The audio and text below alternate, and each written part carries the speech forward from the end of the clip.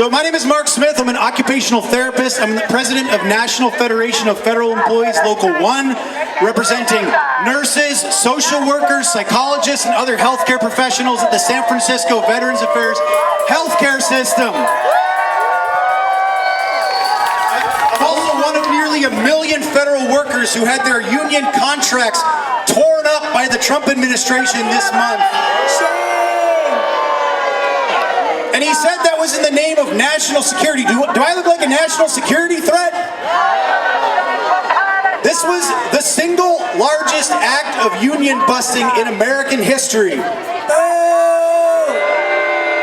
of course it has nothing to do with national security. It has everything to do with eliminating obstacles to their billionaire agenda. And that agenda is no secret. Ending public sector collective bargaining is right there on page 82 of Project 2025. And while many of us knew what was in Project 2025, I think we've all been surprised at how swiftly it's rolled out and how completely billionaires and corporations have captured our government. Starting with Elon Musk and his wrecking ball Department of Government Efficiency, we've seen the slashing of 200,000 plus federal jobs, the dismantling of worker and consumer and environmental protections, and the gutting of life-saving federal programs and services like Medicaid, like Medicare, like Social Security, the Center for Disease Control, and the National Institutes of Health, and the redirecting of funds to ICE and militarized repression and surveillance. At Veterans Affairs, we've seen a massive push towards privatization, with more and more of our taxpayer dollars being funneled to private sector care managed by the United Health Group. Does that sound like efficiency to you? We should call it what it is. It is theft. It is the theft of the public resources that belong to all of us so that billionaires can profit. And what does this mean for working people? It means fewer nurses and doctors at the VA when veterans are waiting for care. It means hungry families left without food stamps.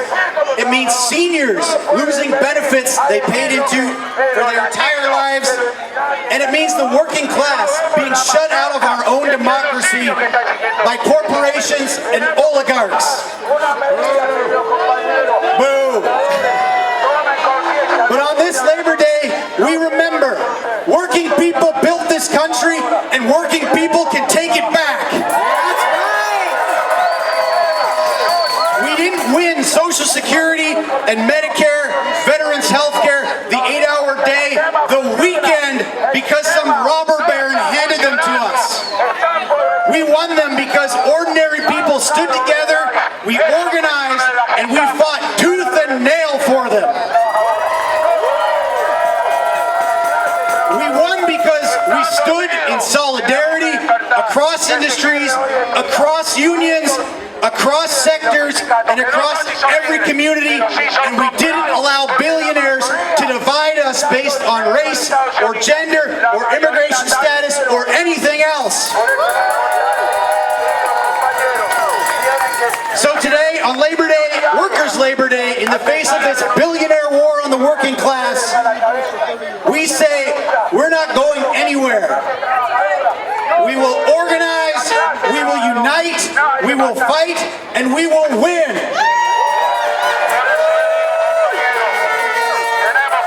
Because the real threat to our national security isn't workers having a union, it's billionaires buying our democracy. That's right! Solidarity and thank you. Smith, President of National Federation of Federal Employees, Local 1. So Mark, we're here today in San Francisco. You attended a Labor Day rally. In Chicago, troops are coming in, it looks like, and the situation of federal workers is they're saying we don't accept unions anymore. It sounds like an existential situation for government workers, federal workers. Yeah, so as you know, the Trump administration has been canceling collective bargaining agreements for upwards of close to 1 million federal workers now, and under the auspices of national security, when clearly the majority of us don't have a national security function. We work at the VA. We take care of veterans. We provide health care. We are not. I'm not a national security operative, and so they are canceling our contracts. But what we say is a union is not a piece of paper. You can try to cancel a contract, but you can't cancel our solidarity. We are a union no matter what the government says, and we are going to be fighting like hell to protect our collective bargaining rights and to protect the people that we provide services for. Our collective bargaining agreements help to make sure that we have the safe, healthy, and fair working conditions that we need to provide the best possible care for our patients. And, we're going to keep fighting to win those because, we need them. So. And Project 2025 was mentioned here. Part of Project 2025 is the privatization of all public services, public education, public health care, and setting up company unions. It seems like there needs to be a united front of all public workers who face really existential attack on their existence. Yeah, I think we need to be united across the entire working class. Like all of us as workers, as unions, we need to be uniting and fighting this massive attack on labor, because it's really what it is. It's a historic transfer of wealth from working people to billionaires and to corporations, right? So if we think about it in Project 2025 terms, it's about privatizing anything that possibly could be privatized. In the VA context, that is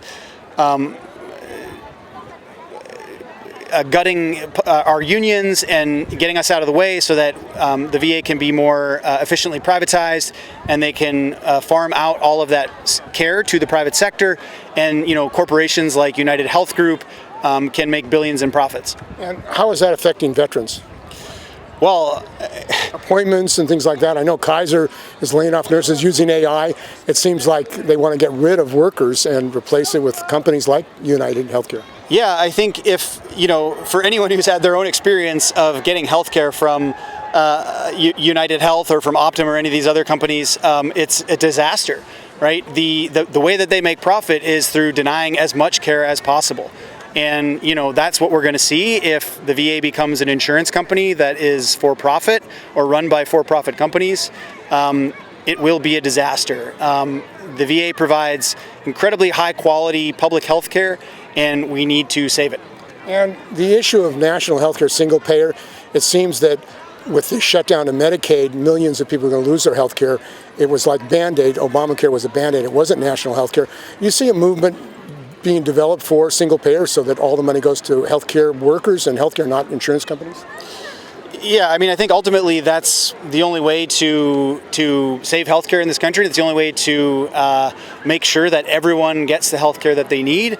Like every other major democracy in the world, we need to have universal healthcare that is free at the point of service for all people. And what can people do to support the veterans and the VA? People can become aware of what's happening and to start to fight against privatization, against the outsourcing of our services to the private sector, and to fight back. Sebastian Puerta. I am a graduate student instructor and head steward of UAW 4811, a union that represents 48,000 academic workers across the University of California's 11 campuses. And Sebastian, you're facing contract negotiations, and the university, of course, is being hit by massive cutbacks, NIH and others. How is that affecting your members and the situation in negotiations? We're seeing members' research grants being cut. We're seeing members lose offers of admission and acceptance. And thus we're seeing members having to struggle with paying their rent and paying for groceries. The federal government's attacks on public higher education in general are deeply affecting not just our members, but the entire university system itself. And so we see this contract campaign as not just protecting ourselves from these attacks, but it's protecting public higher education in general, because it's something we all deeply believe in. We wouldn't be here working and teaching our asses off if we didn't care about this to the utmost level. So what we're doing is not just negotiating a contract, we're going to the state legislator, we're going to the federal legislator, and we're lobbying and we're talking to folks, and we're trying to protect our jobs, trying to protect public education, we're trying to kill the cuts to higher education. And Project 2025, which Trump is pushing, is for the privatization of all public education, public services, public health care, and setting up company unions. Is there an effort to build a united front? And it seems like their goal is to get rid of the unions at the University of California. The goal is to create a mass movement of not just all labor organizations. Obviously, there's many organizations dedicated to protecting working conditions at the University of California. But beyond in the Bay Area, we have many movements that need to come together to win the things that we care about. Let me give you an example. We have a majority of our workers are international workers. And international workers and immigrants in general are coming under attack by the federal administration. So we need to have solidarity, not just between our unions, but also with the immigrants' rights movement. So that's one of the reasons why I'm out here today, and the mission is to start building that solidarity and building those ties. And the issue of the legislature, state legislature in California, under Trump's new bill, there are billionaires in California, the 180 are going to get more money back. You know, they're going to be getting more profits. Is there an effort to get the state legislature, which has a 2/3 majority, supermajority, to call into session and say the money that they're going to get cut to billionaires should go into public education, UC, and the education system? I don't know about any specific effort, but we have been having a lot of successes in the legislature clawing back money that is rightfully deserved for public education. To give you an example, a few months ago, Governor Gavin Newsom proposed a $400 million budget cut to the UC. And that would have destroyed absolutely the state of higher education, public higher education in California. I think one of the best systems in the whole world. What we did is we went to the legislator, we held a lobby, held a rally, we lobbied with folks, and we inevitably reversed those cuts. And that's something we're aiming to keep on doing, to not just reverse the cuts, but get more money. Where that it comes from, we're happy to keep chatting with there are a lot of billionaires in California. Absolutely, there's a lot of billionaires. Oil excise tax, there could be oil depletion tax. Absolutely. And I think as a labor movement, we need to be creative in thinking about how can we come up with sustainable sources of funding for teaching, for research, for working class people in general. And that's something that we're thinking about now.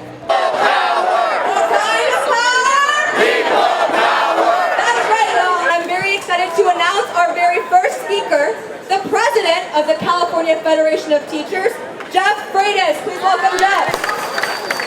Good day, San Francisco. How y'all doing? Let me tell you, if I had to be anywhere for Labor Day, it would be right here in this city. This city has a rich history in labor, in fighting against the wealthy, in making sure that workers have rights. This city, our day. Let's be clear. The labor movement was built on the backbone of every freedom working people enjoy today. Labor has done that. The fight for dignity and respect on the job has been bought by labor. Healthcare, Medicare, Social Security, who brought that to you? Labor. That's right. Unions were a part of the civil rights movement. Labor.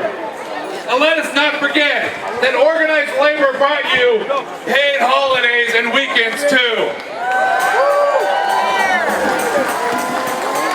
We have fought for these rights. And now we are also fighting to defend our democracy and our country. Let's not forget, due process is not just in our contracts, it's in our Constitution. Because while workers out here just trying to survive and to support their families, billionaires are trying to rewrite the rules. They're trying to make this their country, their economy, and their place to live, not ours, and we will fight back. What are they doing? They're cutting public education. They're creating vouchers to eliminate public education, and we will fight back. They're eliminating free lunch and mental health programs for our students, and we will fight back. They're trying to erase the truth of our history. They're trying to erase who we are in our schools, and we will fight back. We will not be silenced by politicians religious dogmas or fake preachers, we will fight back. And let's be clear, they are inching closer to overturn Plyler v. Doe. That was a Supreme Court decision that required funding for every student, regardless of their immigration status. They want to eliminate that, and they are trying to eliminate Boundary Board, and we will fight back. Let's be very clear. Public education and higher education is the foundation of our democracy. We build students to be critical thinkers so they know what is right and what's wrong, and we will fight back. Every student deserves safe and supported schools, and we will protect them from ICE raids and deportation and kidnapping.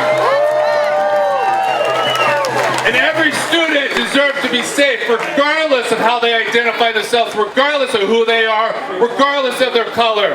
We will fight for safe and supported schools. So today we celebrate Labor Day. We are labor.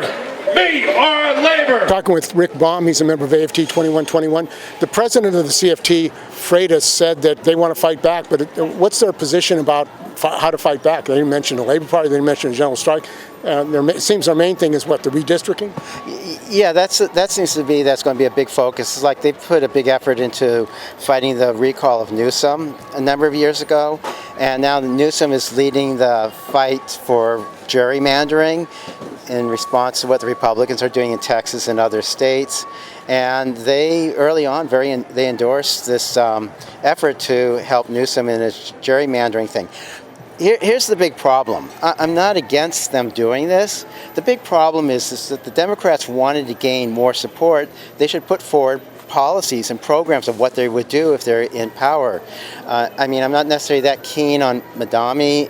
I hope I'm saying his name right, was running for mayor of New York, but the reason why he came out of nowhere to be so popular is because he's offering people real concrete measures that will help them afford to live in the city, like free child care, rent control. I mean, those things are galvanize people and get them excited and want to be active on the campaign to get him elected.